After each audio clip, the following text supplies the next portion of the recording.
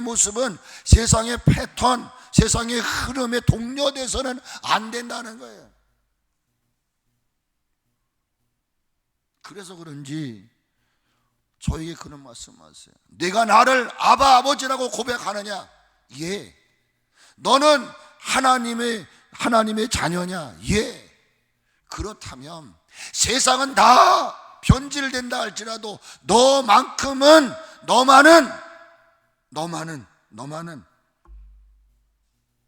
거역하는 일을 살지 말거라. 이 말을 저에게 해주신 그냥 버전으로 말한다면, 구별되게 살아라, 지혜롭게 살아라. 부모를 거역하는 이 시대에 지금 여러분 TV 화면을 보십시오. 가정이 무너지고 있습니다. 부모 자식 관계, 이게 완전히 다 무너져가는 시대, 이게 말세에 일어날 일들이라고요. 근데 너는 이 시대 사람처럼 살지 마라. 구별된 삶을 살아라, 지혜롭게 살아라, 빛과 소금의 삶을 살아라, 착한 행실을 드러내라. 네가 목사라고 말하면서 성경의 버전을 뭐라고 합니까?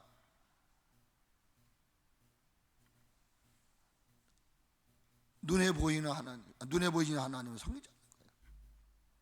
내 눈에 것이는 모든 걸 사라고 한다면서도. 하나님은 솔로몬 왕을 통해서 말씀하셨어요. 잠언서 23장 22절에 너 낳은 아비에게 청종하고 내 늙은 어미를 경히 여기지 말아라, 이렇게 말씀하세요. 아버지의 말씀, 의견, 그의 권면, 그의 교훈, 그의 부탁에 대하여 거역하지 말라는 거예요. 순종하라는 거예요. 지난주에도 말씀드렸던 거예요. 너를 낳아준 연세 들어가는 늙은 어머니를 업신여기지 말아라. 이게 비일비재하게 아예 이제 습관화돼 버린 시대가 돼 버렸어요. 좀 과한 말, 부모 알기를 우습게 알아요. 지금 우리가 이런 시대를 살고 있습니다. 솔로몬 왕은 그의 삶을 통해 이 말씀을 삶 속에 적용하며 살았던 왕임을 보여주는 말씀이 있어요. 열왕기상 2장 19절에 보면은 밧세바가 이에 아도니아를 위하여 말하려고 솔로몬 왕에게 이르니 왕이 일어나 영접하여 절한 후에 다시 왕자에 앉고 그의 어머니를 위하여 자리를 베푸니 그가 그의 오른쪽에 앉았더라. 누가? 어머니. 비록 그가 한 나라의 왕이었지만은 부모를 부모로서 지극히 대우하는 이 모습. 여러분, 여기 오른쪽에 앉았다라고 하는 말의 의미는 엄청난 의미가 있는 거예요. 이 오른쪽에 앉았다는 것은 존경과 영광을 나타내는 거예요. 왕의 자리에서 그 어머니 밧세바를 위해서 자리를 하나 베풀어요. 그 자리가 오른쪽에 앉았더라, 이렇게 말한단 말이에요. 그 성경 계속 20절을 읽어보면은 밧세바가 이르되 내가 한 가지 적은 일로 왕께 구합니다. 내 청을 거절하지 마시고. 그랬더니 이 솔로몬 왕이 말해요. 왕이 대답하되 내 어머니여 구하옵소서. 내가 어머니의 청을 거절하지 않겠나이다 라고 말합니다. 저는 이 말씀을 보면서 한 일개의 왕이 그 어머니를 배려하는 이 모습을 보면서 제 머릿속에 스쳐갔던 사람이 하나 있었어요. 그게 뭐냐? 예수 그리스도였어요. 요한복음 19장 26절에서 27절의 말씀을 보니까 예수님께서 십자가 상에 달렸는데 자기 어머니와 사랑하는 제자가 있는 것을 봐요. 곁에 있는 것을 봐요. 그리고 그 어머니를 향해서 말씀하세요. 여자여, 보소서 아들입니다. 아들임을 확인할 때 성경은 뭐라고 말하냐면 그 제자에게 이르되 보라 내 어머니라. 만왕의 왕이시면서도 어머니를 어머니로 인정하고 대우하는 이 모습, 우리가 한번 추론해 보자고요. 만일에 그때 어머니라고 하는 것을 확인시키지 않았다면 어떠한 일이 있었을까? 이렇게 추론할 수 있는 거예요. 내 어머니라 하실 때 그때부터 그 제자가 자기 집에 모셨다 그랬어요. 그럼 이것이 선행되지 않았다면 어머니를 몰랐을 거라고요. 마지막 십자가 상에 돌아가시면서까지도 어머니를 어머니로, 하나님께서 솔로몬 왕에게 주신 부모님의 말씀에 순종하고 그를 존중히 여겨야 함은 이 땅에 생명을 가진, 이 땅에 자녀라고 일컫는 이들의 합당한 삶이기 때문에 솔로몬 왕이, 지혜의 왕이 우리에게 말씀하는 거지 않습니까? 왜요? 이 땅에 높고 낮은 자리를 떠나서 남녀노소 빈부귀천 막론하고, 여러분 이 땅에 존재하는, 아니 돌아가신 분들이라 할지라도 자기 스스로 이 땅에 존재할 수 있었던 이가 있었을까요? 여러분, 우리의 현실을 탓할 수 있습니다. 긍정할 수 있을 것입니다. 내 삶이 힘들고 어렵기 때문에 왜 내가 태어났어? 태어나지 않았으면 좋을 뻔. 어쨌든 그런 여러분의 상황이 있어요. 이걸 접어두고 내가 이 땅에 존재할 수 있었던 것은 여러분의 힘으로 된 게 아니에요. 여러분의 삶이 지금 잘 되건 못 되건 간에 한 인간이 이 땅에 존재할 수 있는 것은 스스로 된 게 아니라, 땅에서 뚝 솟아오른 것도 아니에요.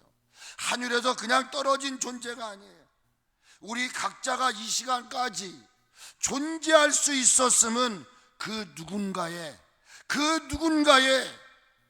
돌봄이 없었다면은 전혀 불가능했을 것입니다.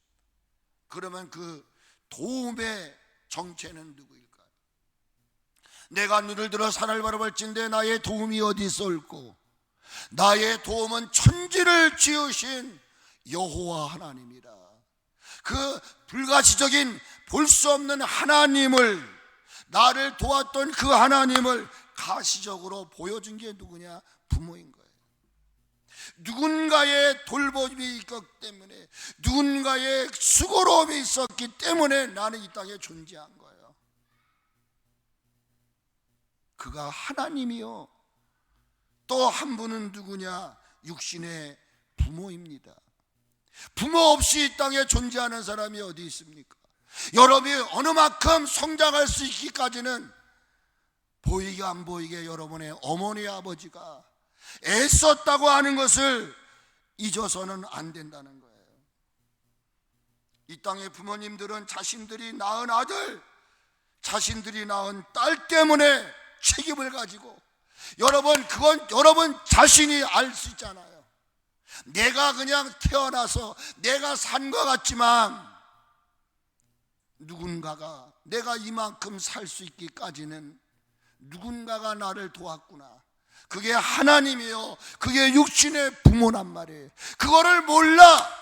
자녀로 있을 때는 모른다는 거예요. 그러니 나도 자녀를 낳고 부모가 돼 보니 그거를 아는 거예요. 이거를 깨닫고 섬기고 효도하려고 하니 그분들은 존재하지 않아.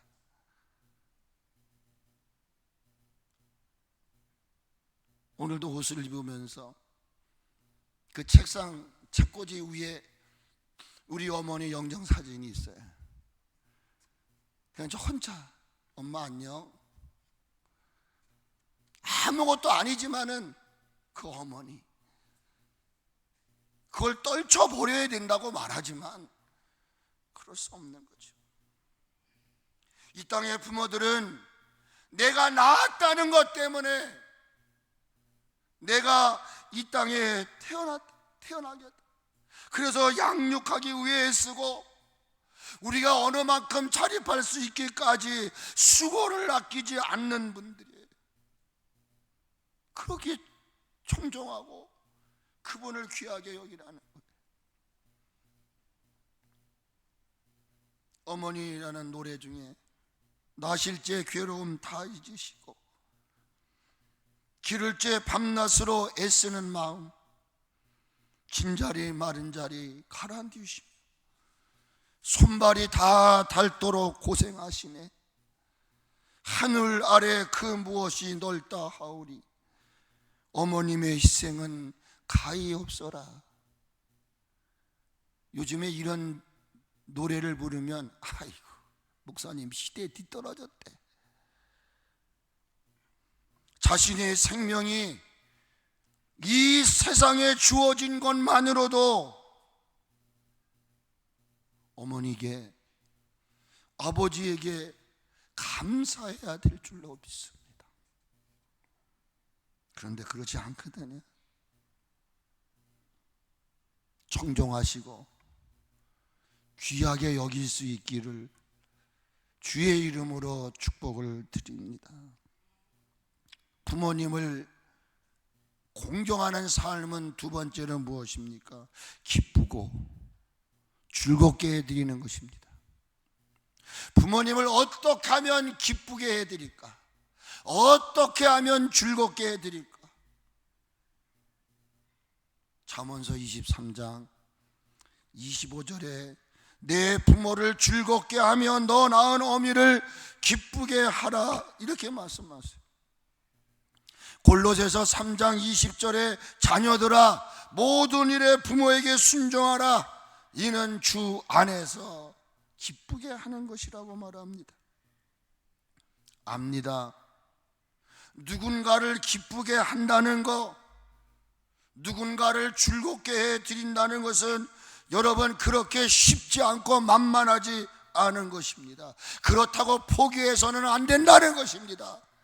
나를 이 땅에 존재케 하고 나를 이만큼 살게끔 한 그 부모가 존재하는 한은 그 부모를 기쁘고 즐겁게 해드려야 돼. 그래서 하나님은 솔로몬 왕을 통해서 어떻게 하면 부모를 기쁘고 즐겁게 해드릴 수 있을까? 그거를 알고 있기 때문에 말씀하셔요. 부모님을 기쁘게 즐겁게 해드리려면 마음을 다하라는 거예요. 마음을 다해봐라. 이 말은 다른 말로 버전하면 마음이 없어요. 무슨 부모를 공경해, 무슨 부모를 기쁘고 즐겁게 해. 모든 건 자기 입장, 자기 현실에 맞추어서 사는 거예요. 왜 그래요? 마음이 없어요.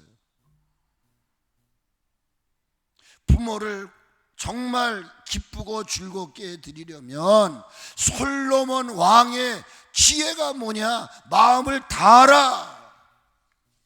진심으로 하라는 거예요. 제 얘기가 아니에요. 잠언서 23장 26절에 내 아들아 내 마음을 내게 주며 내 눈으로 내 길을 즐거워할지어다 라고 말씀하세요. 여기 내 아들아 내 마음을 내게 주며 내 마음을 부모에게 주라 이 말이에요. 자녀가 부모에게 마음을 드린다는 말은 내가 이 땅에 존재한 것은 부모 덕이거든. 여러분 여인들이 아이를 하나 낳기 위해서는요 뼈의 구조가 다 틀어진다잖아요. 산고를 겪어 낳잖아요. 온 뼈 마디마디가 늘어나는 거예요. 그 작은 출구를 통해서 어린 생명이 나올 때 어머니는 생명을 각오하는 거예요. 내가 죽어야만이 나오는 거예요. 그래서 성경에 그렇게 말하지 않습니까? 여자들이 아이 낳는 것만큼 두려움이 없어요. 그런데도 아이를 낳는 이유는 뭐예요? 아이를 낳았다고 하는 기쁨 때문에 난다는 그 표현은 그만큼 어린아이를 낳는다는 게 쉽지 않다는 표현을 이야기하고 있는 거예요. 내 마음을 내게 주라, 이 말은 너의 전부를 드리라, 이 말이에요. 왜? 부모는 여러분들을 위해서 할 때 한 번도 아낀 적이 없어요. 자식을 위하는 일이라면 내가 못 먹고 못 입어도 못해도 그저 자식 잘 되기를 바라는 마음, 이거는 여러분 그렇게 이해가 안 되거든. 내가 자식을 낳아 보세요. 자식을 낳아 보니까 그 자식은 부모는 뒷전이야. 이건 어쩔 수가 없는 거예요. 그렇게 여러분의 부모님도 여러분을 기를 때 전부였어요. 내 전부를 다 드렸어요. 그걸 언제 알 수 있느냐? 나도 내 새끼를 길러보니까 그제서야 아는 거예요. 마음만 있으면 얼마든지 부모님에게 편기도 띄울 수도 있고 용돈도 줄 수 있고. 어제 그제 우리 박이식 목사님이 제가 선교원금을 드리는데 이번에 참 감사합니다. 필리핀 선교원금에 거진한 250만 원 더 드렸어요. 오셨어요. 너무나 감사해요. 그러면서 그거 하시는 말씀이 딸이 100만 원씩 용돈을 준대. 어떻게 그렇게 선교를 하십니까? 한 달에 700만 원 정도가 들어간대요. 그 선교하는데. 그러면서 그냥 필리핀 그 선교 가시는데 50만 원을 내면 나머지는 다 자기가 하는 거야, 자기가. 그래서 어떻게 목사님 그거를 감당을 하십니까? 그랬더니 후원이 들어온대, 이렇게 후원. 딸도 100만 원씩 용돈을 준대. 그걸 가지고 모아가지고 필리핀 하는데 선교한다는 거예요. 마음이 없는 거죠. 마음만 있어 보십시오. 부모님 마음 기쁘고 즐겁게 해드릴 수 있잖아요. 근데 마음이 없어요. 여러분, 여러분의 자녀를 생각하는 것만큼, 여러분의 자신을 생각하는 것만큼, 여러분의 가정을 생각하는 만큼만, 아니 10분의 1만이라도 생각해 보세요. 부모님들이 우리를 향한 사랑은 변함이 없었어요. 근데 인간들은 점점점 변하는 거예요. 한 해, 두 해 지나가 보면 그 사람의 진실이 드러나는 거죠. 부모님들이 자식을 향한 사랑은 변함이 없어요. 그런데 마음이 없기 때문에 어버이날이 왜 돌아오는 거야, 이거? 생일이 왜 돌아오는 거요? 무슨 날만 되면 벌써 그냥 스트레스를 받는 거예요. 어쩔 수 없이 남들이 해야 되니까 나도 해야지. 진정성이 없는 오늘 이 시대의 모습. 저는 그래서 부모님을 공경하려면 제가 디모데 전서에서 배웠던 거예요. 거짓이 없는 믿음에서 나오는 사랑으로 하라. 거짓이 없는 사랑의 마음으로 부모님을 공경해야 된다. 거짓이 없는 사랑의 마음이라는 게 뭘까? 어느 날 어떤 율법 교사가 예수님을 시험하려고 하는 의도를 가지고 예수님께 접근했어요. 그리고 그 율법 교사가 예수님에게 물어요. 내가 무엇을 하여야 영생을 얻을 수 있습니까? 라고 질문을 던져요. 그때 예수님의 대답은 뭐였느냐? 율법에 무엇이라고 기록되어 있느냐?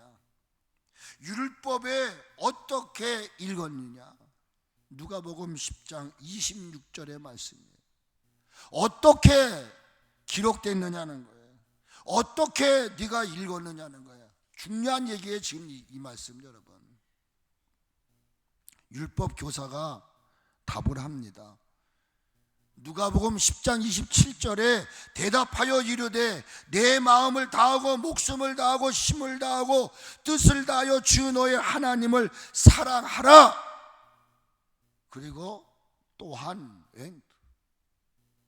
그리고 이 말이죠. 내 이웃을, 여기 이웃은 뭐냐? 부모가 첫 번째 이웃이에요.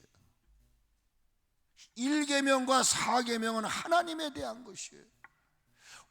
5계명부터 마지막 계명은 이웃, 너와 나의 관계, 인간관계.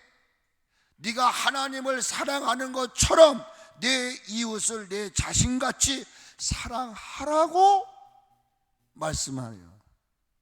내가 그렇게 알고 그렇게 기록, 율법을 꿰뚫고 있었던 그를 향한 예수님의 말씀이 뭐였습니까? 누가복음 10장 28절을 다 같이 한번 읽읍시다. 여기 중요한 단어가 나와서 그래요. 같이 한번 읽으세요. 시작. 예수님께서 이르시되 내 대답이 옳도다. 이를 행하라. 그러면 살리라. 영생은 뭐지요? 이 땅에서 살다가 죽는 걸 말하는 게 아니에요. 장수는 뭐냐? 하나님이 주시는 장수는 영원히 사는 걸 말하는 거예요. 영원히 사는 방법을 알려고 왔어요. 영생은 영원히 사는 거예요. 이 땅의 삶이 다가 아니라 하나님 예비하신 저 하나님 나라에 올라가서 영생 복락을 누리는 것을 어떻게 해야 됩니까? 라고 물은 거예요. 그랬더니 네가 율법에 기록된 거 알지 않냐? 너 율법을 어떻게 읽었냐? 예! 뭐라고 대답했다고? 마음을 다하고 목숨을 다하고 힘을 다하고 뜻을 다하여 하나님을 사랑하라. 이와 같이 내 이웃을 내 자신같이 사랑하라고 기록되어 있고 내가 그렇게 읽습니다. 그랬더니 예수님 뭐라? 옳도다. 네 답이 좋다. 여러분 성경 66권을 꿰뚫어도 구구단 애우듯이 절절절절절 애워도 아무 의미 없어요. 애우는 것 가지고 영생을 얻을 수 없다는 말이에요. 그래, 네가 알고 있는 거 옳다. 그러나 알고 있는 것 가지고는 안 돼. 뭐라고 말해요? 행하라. 행하라. 그러면 뭐한다? 살리라. 이게 뭐예요? 내 부모를 공경하면 장수하리라. 내 생명이 길리라. 이 말이에요. 예수님이 영생을 갈망하는 그에게 주시고자 했던 핵심은 뭐예요? 알고 있는 말씀을 내 삶에 적용하는 거예요.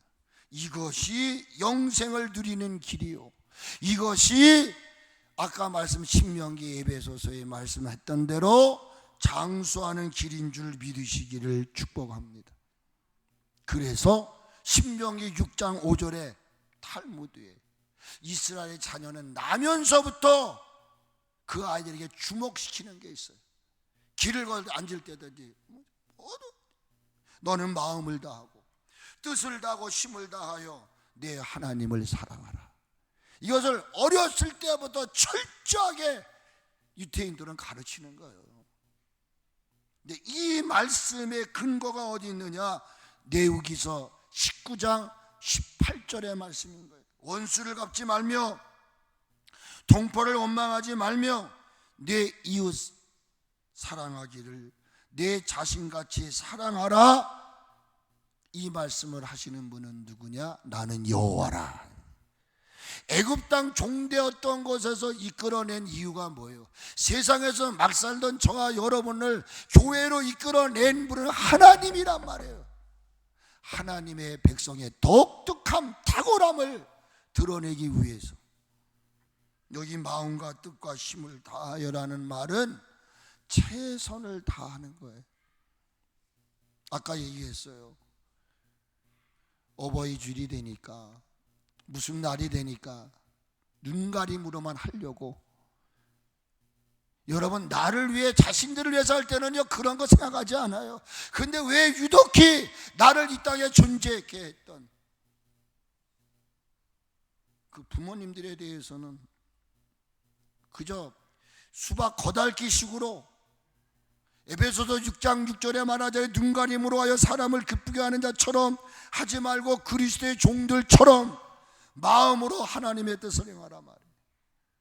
골로새서 3장 20절에 종들아 모든 일에 육신의 상조들에게 순종하되 사람을 기쁘게 하는 자와 같이 눈가림으로만 하지 말고 성실한 마음으로.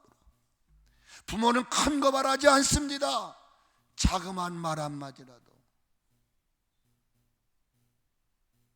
큰 거 하려고 하는 필요 없어요. 5월 첫째 주인가요? 오후 예배 때 서로 사랑하라. 저는 그날 많은 은혜를 받았어요. 오후 예배 때 서목사님이 서로 사랑하라. 그날 또 묻더라고요. 그랬더니 진권사님이 뭐 이양, 나도 그 말에 동의한단 말이에요. 근데 이 말씀을 준비하고 있었기 때문에 사랑의 마음이 없는 거예요. 좀 부모가 부족하도 잘못한 것 있어도 사랑하는 마음만 있으면 이해하고 간용하는 것 아닙니까? 저는 고린도전서 13장 중에 제일 제가 이 마음속에 두는 말씀은 7절 말씀이에요. 사랑은 뭐냐? 참아주는 거예요. 사랑은 뭐예요? 모든 것을 믿어주는 거예요. 사랑은 뭐예요? 모든 것을 바라는 거예요. 사랑은 뭐예요? 모든 것을 견디는 거예요. 사랑은 말하면서, 사랑한다고는 말하면서. 그날 제가 설교를 다 기억을 못하지만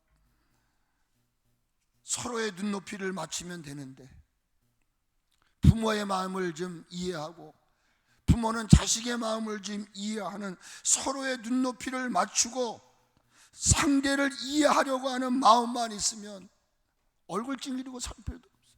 교회가 분열될 일도 없어요. 서로가 담싸울 이유도 없어요. 우리가 사랑하며 살기도 바쁜 세상인데 왜 서로 공공의 적이 돼가지고 삽니까? 이해가 없어서 그래요. 부모님들이 왜 저러지? 그러지 마시고 부모님의 입장에서 부모님들의 마음과 입장과 주장을 깊이 한번 생각해 보자고요. 목회자의 마음도 성도의 마음도. 그래서 하나님 원하는 건 뭐예요? 사랑으로 하나 되라는 거예요. 우리 교회가 저는 하나 됐으면 좋겠습니다. 정말 하나 됐으면 좋겠습니다. 어떻게 하든지 이 교회가 사랑으로 하나 됐으면 좋겠어요. 그래서 저는 저 나름대로 해보려고 하는데 어떨 때는 힘이 들어요. 우리들은 연약하여 누구든지 상대의 속마음을 알 수도 없고 볼 수도 없기 때문에 그저 내가 생각한 대로 저분은 저럴 거야, 그리고 마음을 굳게 닫고 열려고 하질 않아요. 접근하기도 힘들어, 건드리기도 힘들어, 내가 뭔가 던지기도 힘들어. 왜 우리는 이렇게 살아야 됩니까? 왜 부모와 자식의 관계가 이래야 됩니까? 왜 목회자와 성도의 마음이 이래야 됩니까? 오늘 성령 강림 주일이지만 성령의 충만함을 입으시고 저는 부탁하는 게 있어요. 하나님의 사랑을 부어주십시오. 우리에게 서로의 하나님의 사랑을 부어주셔서 모든 게 다시 화해되고 하나님의 놀라운 능력이 나타났으면 좋겠어요. 저는 올해 70평생을 살아오는 동안 이번 어버이날 5월 8일 날이 집에 이 교회를 들어오는데 뭔 큰 상자가 하나 있는 거예요. 그래서 저는 생각을 했어요. 어버이 주일 날 이제 꽃을 하나씩 주라고 이렇게 누군가가 이렇게 보냈나 보다. 난 그렇게 생각을 했어요. 그래서 그냥 그 서재실 앞에 큰 상자가 있길래 그냥 그렇게만 생각하고 뜯어보지를 않은 거예요. 근데 거기 무슨 꽃배달 이렇게 써 있는 거예요. 근데 저거를 열지 않으면 꽃이 혹시라도 어떻게 상해질까 봐 그래가지고 그걸 상우에다가 올려놓고 뜯었어요. 아마 그랬더니 이만한 꽃다발을 하나 보는 거야. 꽃바구니를 하나 본 거예요. 꽃바구니. 난 지금까지 그런 꽃바구니 처음 받아봤어. 누군지도 몰라. 놀라운 게 지금까지 누군지도 모르는데 혹시 여러분들일까봐 제가 여러분들 중에 이름을 밝히지 않고 꽃방울이도 엄청나게 큰 꽃방울이를 보내었어. 전 속으로 아유 이거 그냥 돈으로 줬으면 더 좋았을 텐데. 그건 내 마음이죠. 꽃바구니를 하나 보냈는데 너무나 예쁜 거야. 벌써 이제 2주가 지났네요. 그러니까 우리 식구가 그걸 기념으로 놔둬야 된다고 벽에다가 지금 이렇게 스탬프를 붙여가지고 그거를 말리고 있어. 누가 보낸 거야? 이름이 없어. 출처가 없어. 혹시라도 여러분들 중에 있으시면 감사합니다. 또 몇 달 전에 지금까지도 아직 개봉을 안 했어요. 서강영 목사님 그래가지고 진공 청소기, 교회 청소기 큰 거 있잖아요. 사업용 그거 하나, 또 조그만 거 하나, 2개를 보냈어. 근데 제가 지금까지 뜯지를 못해요. 이름이 없는 거예요. 이름이 없는 거예요. 제가 유튜브 띄우잖아요. 이영숙이라는 분이 있어요. 항상 저한테 가끔 보내면서 은혜를 받는다고. 사랑하는 여러분, 말씀을 마무리 지려고 합니다. 부모님들을 위해 중보기도로 아름다운 관계를 유지합시다. 아무리 싫고 좋아도 기도하면 모든 관계는 다시 뭉치게 될 줄로 믿습니다. 부모님들은 내 주어진 삶을 살아가는 동안 하나님 내게 주신 친구요 동반자라고 생각하십시오. 그리고 우리에게 주시고자 하시는 행복, 기쁨, 평안함을 이루기 위해서 서로 마음을 같이 하고 일상의 삶을 통해 늘 강건하고 복된 삶을 살아가는 우리 삼립교회 지체들이 됐으면 좋겠습니다. 2가지 말씀을 같이 읽으면서 어버이 주일 말씀을 마무리 지려고 합니다. 요점은 부모를 불효하는 이들에게 향한 주님의 말씀입니다. 신명기 27장 16절에 그의 부모를 경홀히 여기는 자는 저주를 받을 것이라. 그때 백성들이 아멘합니다. 저는 이 부모를 경홀히 여기는 자는 저주를 받는다. 그게 어떤 저주인가? 잠언서 말씀을 보니까 이렇게 기록하고 있어요. 잠언서 30장 17절 같이 한번 읽읍시다. 시작. 아비를 조롱하며 어미 순종하기를 싫어하는 자의 눈은 골짜기의 까마귀에게 쪼이고 독수리 새끼에게 먹히리라. 아멘.